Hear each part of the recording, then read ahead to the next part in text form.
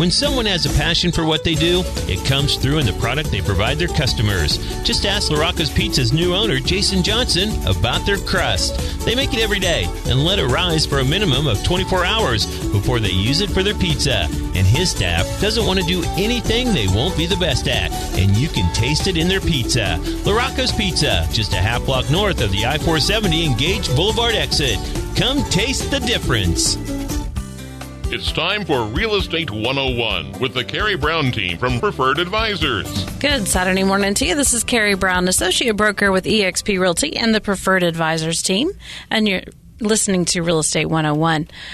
So I am here today with Scott Sexton, who is he has his own firm, it's the law offices of Scott Sexton, and got the privilege of meeting Scott over. It's a really interesting subject. Basically, whenever people are aging and getting to where, it's like, okay, we're going to have Medicare and Medicaid, and we need to go into a home and or assisted living and things along those lines. What do we do, financially? How do we protect what we've worked so hard for? And Scott has made his livelihood, his focus in his life on just this subject. Yep. So we're going to get right into it. What is your advice for someone who either has aging parents or is getting to the age where they need to start looking at, how do I leave my heirs what I want to leave them? Well, the biggest challenge I think most families and even seniors have is the wealth of incorrect information that's out there. And sometimes what you think you know is your biggest barrier to achieving whatever your objectives are. I like to draw the example of board games, because board games are actually a pretty good analog to the law and how the law can work for or against you. Most people would probably be familiar with the board game Monopoly. What most people don't realize is that the rules that you probably grew up knowing are incorrect. If you play Monopoly by the rules, it shouldn't take you 6 or 7 hours to play through a game of Monopoly, and you shouldn't be ready to tear each other's throats out. When you play the rules of Monopoly by the actual instructions in the box, it should be done in about 90 minutes. Now, the reason that people screw up playing Monopoly is they add money into the economy by giving money every time someone lands on free parking. You don't auction off properties if someone elects not to buy Park Place, things like that. And as a result, the end results become skewed. You're not playing the game the way the creator intended. So if you're not playing the game the way that the game is supposed to be played, the outcome isn't going to be what the creator intended. And the law is the same way. People have mistaken notions all the time about what to expect when it comes to their estate. And by just assuming that the stories that your great-uncle twice removed told you is a great recipe for having an unexpected outcome. Because just like Monopoly, I grew up playing Monopoly. I never once read the rules for Monopoly until I was well into my 30s. And when I did, I realized, oh, my gosh, this is nothing like the game that my mom taught me growing up. So if you can get past the idea that everything you've been told about estate planning is at best hearsay and second stories twice removed, I think that's where people really stand to benefit the most when it comes to elder planning and estate planning. And my job is really to serve as a coach. I am the instruction book for people, because there is no simple web video you can go to YouTube and look at that'll teach you everything that you need to know about how to plan for retirement or estate planning. There is no class at Washburn that seniors can take that say, well, this is what a good power of attorney looks like, and this is what a bad one looks like.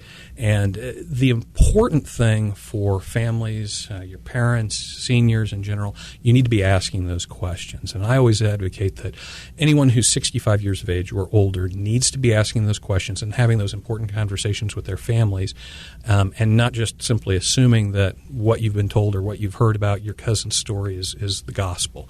You need to be willing to sit down with a properly trained legal representative, ask the questions that most concern you, and don't be afraid to ask for second and third opinions and to seek out counsel that will kind of shepherd you through this process. And that's really what my office is here to do. Is we're here as a resource first and foremost for families. So a typical situation will be something just like what you said earlier. Mom and dad, one or both of them, have a health care crisis. They have been living at home. Everybody just was happy living status quo, business as usual, until that health care crisis occurs. Someone's in the hospital. Someone was picked up by the police wandering in the neighborhood, something like that. And at that point, when the medical or law enforcement get involved, it's extremely important that typically the family will be more than happy to come in and commit to the process at that point. But oftentimes I've found that when you get to that point, the options and available strategies that you can employ to really take care of a person's long-term well-being, they oftentimes are getting narrowed down through just the facts of reality. So going back to that family, so we have that health care crisis that occurs. Oftentimes I'm brought in when that health care crisis occurs to be able to help guide the family, give them instruction and advice on here are the things that you need to be looking at. Do you have VA benefits that you perhaps would be eligible for that we could start collecting on to help pay for additional in-home care, or are you looking at perhaps a care community in town? We have any number of wonderful facilities in Topeka that our families can transition to. And again, I think people's own preconceptions of what these facilities are and whether or not a family can afford it really get in their way of being able to seek out appropriate care when they really could benefit from it the most. Oftentimes I find seniors try to fight tooth and nail to stay away from the proper care resources that are available for them, thinking that it's just too expensive. So it's extremely important that families and seniors, know that these resources exist, but it's also important to have these conversations as soon as possible before those types of crisis moments take place. So, for example, again, I work with families all the time when they're in that crisis mode. Mom or dad are moving into a care facility, and their big concern typically is how do we pay for this astronomical cost each month? Mom and dad had been living on a fixed income. How do we work with the facility to pay the bill each month without depriving mom and dad of their livelihood? And that's something that we can work with. And again, no two families are ever the same. There are lots of options that are available, and it's important for families to keep in mind that you need to be asking those questions. You need to be that squeaky wheel that goes out and is willing to seek out someone like our office to be able to look into what options are available. Now, the pre-planning for those families that aren't in that crisis mode, it's extremely important that those families as well be aware that there are steps that need to be taken that very few, unfortunately, do. And all too often, the most common thing that when I'm talking to people in the community, they tell me all the time, oh, I've got a will, or oh, well, we updated our estate plan a year ago. I think we're just fine.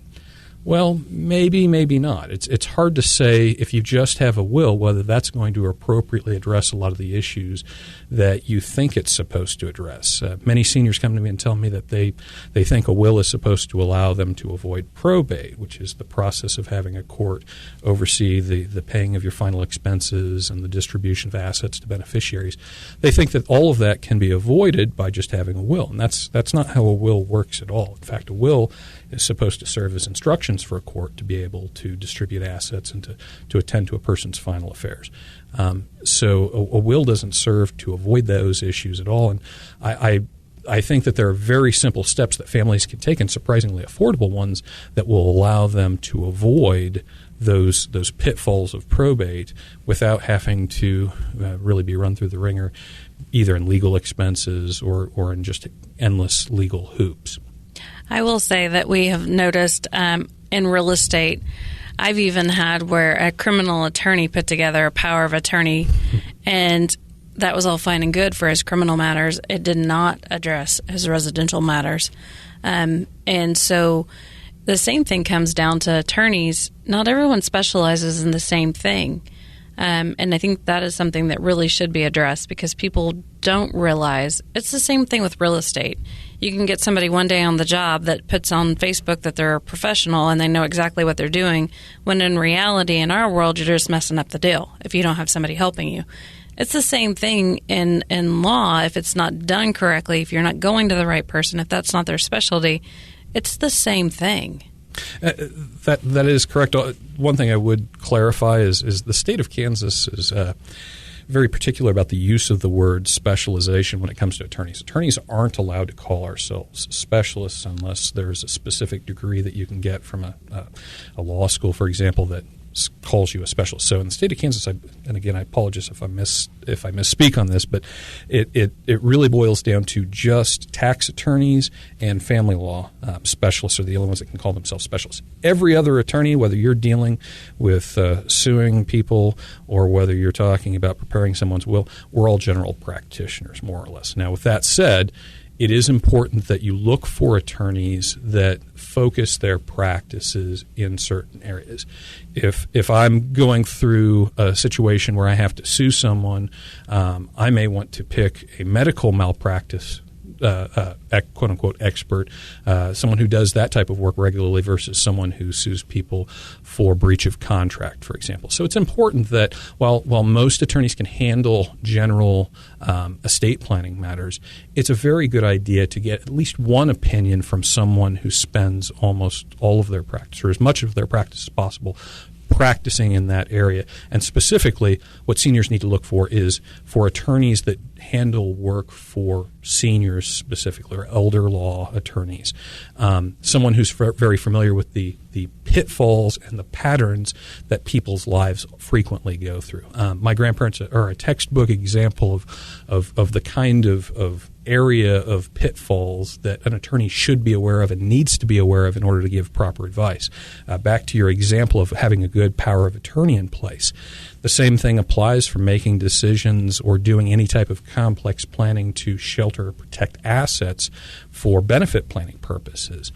My grandparents had no formal counsel as they were going through the nursing home system, and as a result, we had to spend down almost all of my grandmother's life savings because we didn't have the proper pre-planning steps in place, and as a result, for the last almost 20 years of her life, she had a fraction of her life savings available that because we had spent it all down on my grandfather's care. And so it's extremely important that an attorney who is working with a family have experience with these types of cases, having seen families go through these cycles, because there are lots of opportunities that are available, provided that attorney has experience with these types of issues. So let's take an example. Let's just take my husband, advance us about 30, 40 years, and say, we're getting on up in age. He works a physical job. His health is declining faster than mine, and I need to put him in a home. I need to put him in assisted living, or a more specialized care, or vice versa, just in case my husband's listening. And I have not done anything to shelter per se. Anything that we've worked for, we both own businesses. And we've not done anything to protect our assets in any way, form, or fashion. What would be the advice that you would say for us now to make sure that we've addressed as much as we can, or even advance us in age and say, okay, you're getting close, this is what you should be doing? What kind of advice would you give? And I want to be very careful. Understand that today's information, I share this for informational purposes only. Anybody and everyone listening on to today's program. In other words, come in and see him and ask specifically. We're just taking scenarios right now. Exactly. So take everything I say with a grain of salt, that I'm just kind of shooting from the hip, and these are not specific circumstances. And please do not act. No one please act on this as advice. I'm not offering specific advice. If you came in with those types of concerns, something we could look at, again, if you were young and healthy enough, is one of the more common techniques I see is people are able to set aside assets in something called a planning trust. And these types of trusts have lots of different names. The term I prefer to use is a planning trust.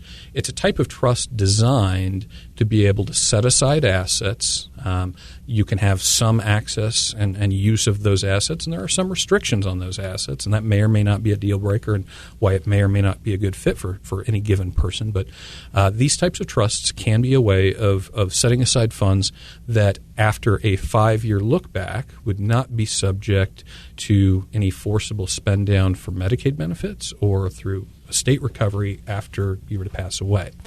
So that's one very common technique that I see a lot of attorneys use is, again, just simple trust planning, and that's something that's worth looking at.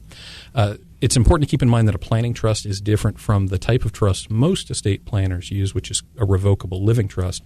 Living trusts are designed typically with the purpose of avoiding probate in mind. So if you want to avoid probate, your assets are such that you can't use just designations of beneficiaries, you may be looking at a revocable living trust, and that's probably any listeners who think, oh, I've got a trust, they probably have that type of trust. So one option would be if time and health are on your side, trusts are a good way to be able to set aside assets and be able to use those and protect those in case you do have that eventual health care crisis. There are other techniques that can be used for crisis planning in the state of Kansas, and it depends a little bit on the types of assets you have, because Kansas does exempt several different categories of assets. You can exempt certain types of annuities. You can exempt certain types of IRA accounts or 401ks. So any type of retirement plan you've had in place may be protected. It depends on whose, whether it's yours or your husband. The sick spouse, their assets are oftentimes you're not able to protect as many of their assets as a community spouse, the healthy spouses. You're allowed one vehicle, and you're allowed a homestead. Without getting into the specifics, there's lots of caveats on the homestead. But knowing all of that ahead of time, there are ways that you can protect additional assets through a process colloquially known as a division of assets. And that's often a term that I hear thrown around by facilities and medical professionals. And that's a process of dividing a married couple's assets into protected and unprotected piles. The unprotected pile has to be spent down, in some cases, on the sick spouse's care. And then when that money has been spent through, Medicaid is able to step in and help pay for their care as if it were a long-term care policy, essentially. And a lot of the planning that we look at takes a look at ways that we can help to preserve as much as legally allowed for that community spouse. Going back to my grandmother is a good example of this. We would have loved to have been able to keep as much money as possible for her because she, again, had almost 20 years of good life left in her, and we would have wanted her to be able to spend her money on herself as much as possible. And that's really, and I hate to take a left turn on this, but it's important to understand that when I'm talking about Medicaid, I'm really talking about long-term care insurance, that the state, it's a state-mandated long-term care insurance effectively. And the reason that this exists is to encourage, in my estimation, the reason it exists is it's to encourage people to live responsibly. So people my age who are gainfully employed, we as a society have deemed it the appropriate way to live your life is to live within your means. Don't spend beyond your income. Don't run up a bunch of credit card debt, things like that. And so with my grandparents' generation, that is how they lived. They lived very responsibly. They lived within their means. They saved for tomorrow. They didn't take extravagant vacations. They didn't buy the nicest, newest car that was available. And they saved up a decent nest egg. Well, through the way things played out, that nest egg was spent almost entirely on the nursing home bill. It wasn't spent on my grandmother and grandfather being able to enjoy their senior years. And so the lesson that my generation takes from that is, well, if I've got money now while I'm young and healthy and can enjoy it, what's the point in sacrificing? So the reason Medicaid exists isn't as a way to encourage people to live their lives irresponsibly. It's to make sure that families that do live their lives responsibly. So if I live within my means and I save up a nest egg, I can utilize the rules that Medicaid has outlined for me in such a way so that I don't have to throw away my nest egg, and therefore I get reward. My reward for living a frugal life is that I have a protected nest egg that I can use for my own comfort, for my spouse's comfort, and I can leave a legacy if I wish. And so that's oftentimes, I think, the end game. A lot of clients that I work with, that's kind of their aim, is they want to be able to take the reward of living that frugal life, that responsible life. And Medicaid planning is the best way to really take advantage of that without the fear of losing it all to the nursing home. We are going to take a quick break for a word from our sponsors. We'll be back to talk more about how that could affect you. Thanks for listening to Real Estate 101. We'll be right back. Southwest Topeka has a good neighbor. State Farm agent Jim Garrison, now at 29th and Urish. If your current insurance situation has you going around in circles, get off the roundabout and stop in and meet Jim and his wonderfully efficient staff. Let Jim Garrison give you a quote and make the Garrison comparison. He's confident that with State Farm's competitive rates, the right coverage, and his unmatched service, you'll want to make him your new insurance agent. Like a good neighbor, State Farm is there, and Jim Garrison is there for you, northeast of the roundabout at 29th and Urish. When someone has a passion for what they do, it comes through in the product they provide their customers. Just ask LaRocco's Pizza's new owner, Jason Johnson, about their crust. They make it every day and let it rise for a minimum of 24 hours before they use it for their pizza. And his staff doesn't want to do anything they won't be the best at, and you can taste it in their pizza. LaRocco's Pizza, just a half block north of the I-470 and Gage Boulevard exit. Come taste the difference. Thanks for joining us again. This is Carrie Brown, Associate Broker with eXp Realty and the Preferred Advisors team, and you're listening to Real Estate 101. I am back with attorney Scott Sexton, and he has the law firm of Scott Sexton here in town. And we were just discussing before the break your grandparents. So obviously, they went through their savings and all of that. What could they have done differently to prevented that? Okay. Well, there's a couple of different tiers of planning they could have done. Probably the simplest thing that they could have done early on would have just been to set aside much of their savings and investments in a planning trust. Like I mentioned earlier, planning trust in the state of Kansas, you wait 5 years, and by the end of that, those assets that you set aside in the trust can be protected.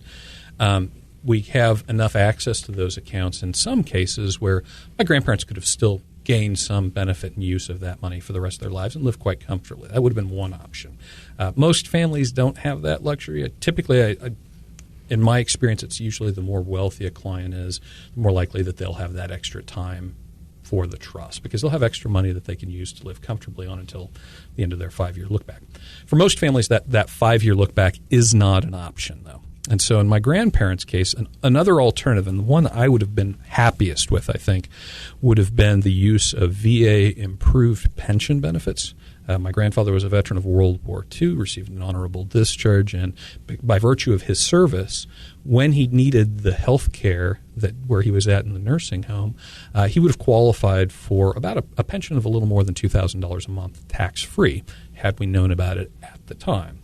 And unfortunately, in our case, because we didn't seek out those benefits and apply in a timely manner, we weren't able to really take full advantage of that program. But with that said, again, if you or if your spouse or even if you're a dependent of a veteran of wartime service, those benefits are still out there. And again, you can get a little more than $2,300 a month tax-free for that particular program that can serve kind of as a backup long-term care insurance policy. In addition to that, something a lot of families don't realize is if they do have long-term care insurance policies, those are worth pursuing quite heavily. I run into clients all the time who say, oh, yeah, I've got a long-term care insurance policy, but the insurance company isn't going to pay out on it. I already tried a couple of years ago and they denied it. Well, if you have a long-term care insurance policy, most of especially one that was made, say, back in the 90s, early 2000s, those are policies that need to be activated as soon as possible. And most seniors, again, drag their feet. They don't realize how soon they can apply for those. And so, again, in my grandparents' case, they did have some long-term care insurance, and ideally they should have activated that before they did because they could have gotten those benefits paying in, and better yet, they would have been able to stop paying their monthly premiums for that benefit. Appropriate use of long-term care insurance, if it's on the table at all, it needs to be pursued as quickly as possible. And so that's, again, a strategy we could have used in my grandparents' case. The last kind of category of strategies that I would have probably used in their case would have been more aggressive Medicaid planning. We would have gone that route where we looked at division of assets. We could have set aside significant, about 50% of their life savings exclusively for my grandmother. We could have prepaid some funeral expenses out of my grandfather's half of the division. We could have used some and again, without getting into any great detail, there are some financial planning measures that can be taken where we can use, again, the Medicaid rules to set aside assets earmarked for different purposes that ultimately can be used for the community spouse's benefit in the future. And we could have also looked at possibly some real estate investing opportunities. The state of Kansas does allow for a claimant to have an exempt piece of real estate. And so my grandparents at this point were already in a care facility for my grandfather's care. My grandmother could have purchased a home in town, for example. She could have lived in that home, or possibly even just had it set aside. She doesn't even have to live in the home in order to be able to exempt it in the state of Kansas. So there are a couple of different strategies we could have looked at. My gut feeling is, again, if I had a time machine, could go back in time, I'm going to probably hammer on VA benefits and probably a planning trust. But even if they would have made it into that crisis plan, we still could have gotten a better deal than what we ultimately did, which was spend down all of our money, and when we run out, Medicaid will kick in.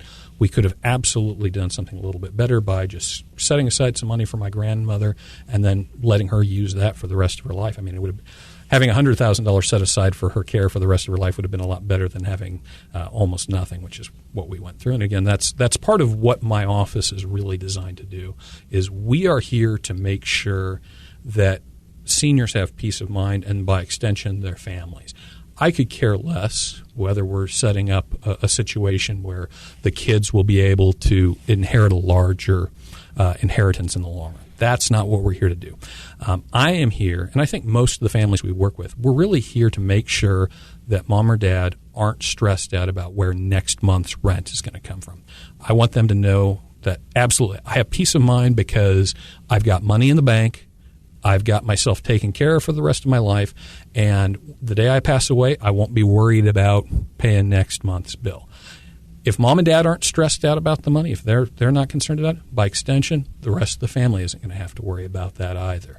Because guess who's going to be responsible for managing mom and dad's finances? It's the next generation. And so to not only help, again, our main goal is to look out for mom and dad's well-being, make sure they have peace of mind, but by extension, that peace of mind that the rest of the family can get is invaluable as well. And again, if nobody walks away with an inheritance, but everybody had a great peace of mind at where things stood at the end of the day, that's a win. That's what we're looking for. I think the unfortunate part is a lot of time the heirs look at, well, we want to protect what they got or what they earned. And you're exactly right. It's more about making sure mom and dad are taken care of and being in a safe place, not leaving them at home and hoping that they don't fall or, worse. So it is important to put the emphasis on where that needs to go. At the same time, whenever you look at it, dad went first. How could we have protected mom better? Yeah. And that's really the question here, is how to get them both. They worked so hard. They lived frugally. They didn't go and they worked for a rainy day and unfortunately didn't necessarily get to get there. Yeah. And so how can we protect them better? Now, you teach classes on this, correct? I do. I offer any number of seminars. Sometimes I'll speak at the public library here in town. Occasionally I'm invited by different communities throughout town. I apologize. Later this month, we do have a presentation at the Holton Senior Center, and the Holton Community Center for Seniors, I believe, coming up, sponsored through the Holton, the hospital there in Holton. And I apologize, I don't have that information, but we'll share it. Perfect. So, but absolutely, we offer free counseling and coaching on all of this. There is no cost for information. We invite anyone who has questions, let us know, and we're happy to do what we can to just listen and give you our thoughts. How do they get a hold of you? The best way is to contact my assistant. Her name is Kelly Phippen, and her phone number here in Topeka is 409-585-8255. 5228 and just ask to schedule again, we don't charge fees for any type of consultation or anything like that. There is no free consultation, and then you have to pay the next one. Anytime if someone wants to ask questions or talk to us, we're here at no cost to you. So take advantage of it. And if you're looking to buy or sell, be sure and give us a call at 785-213-5188. If you want to call me, I can get you to Scott, so be sure and let us know. Be sure and check out our website at topekahomeadvisors.com. And thanks for listening to Real Estate 101. Thank you for listening to Real Estate 101 with the Carrie Brown team from Preferred Advisors.